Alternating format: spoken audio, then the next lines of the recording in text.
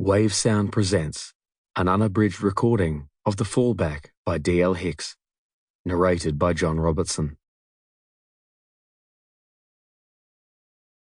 Chapter 1.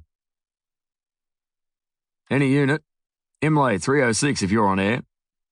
Any unit in the area that can assist with a possible priority 1 deceased. With the clock barely edging past 6 a.m. and the temperature hovering somewhere around 10 degrees, it was the worst possible call to hear over the radio to begin their shift. The van crew glanced at each other across the muster room, resignation on their faces. Maybe it would just be an old bugger, died in his sleep. Fingers crossed. Teaspoon still churning the steaming liquid in his coffee mug, Senior Constable Mick Farrow dipped his chin towards his left shoulder, depressing the button and activating his radio with his spare hand. Imlay 306, good morning. We're 2 up in the truck, currently code 2 at the station, and it looks like that one will be ours. What a lovely way to start the day. He tossed the spoon into the sink with a clatter. Good morning, 306. We have a report of a possible body caught up in the oyster beds in Lake Imlay. Nothing confirmed yet, but given the location and the initial details provided by our complainant, the job is a priority 1. Received? Farrow heard his partner groan as he accepted the job. Great.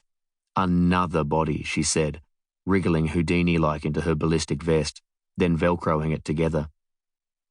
At least if it's legitimate, then this one sounds like it might be a bit out of the ordinary, and that means the detectives will take it and not us, thank God.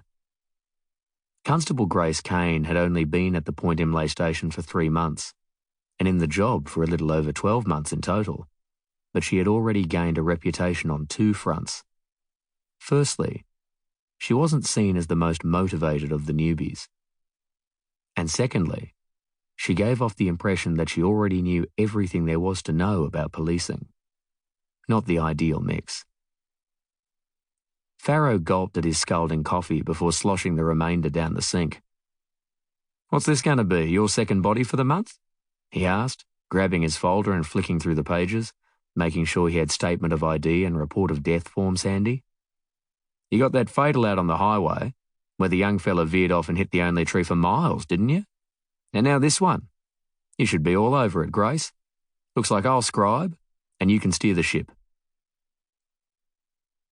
He tossed the keys to the new Ford Ranger they had only received at the station a week ago and headed for the back door, kit bag slung over his shoulder. As they drove along Coast Drive, Kane hummed. Sample complete. Ready to continue?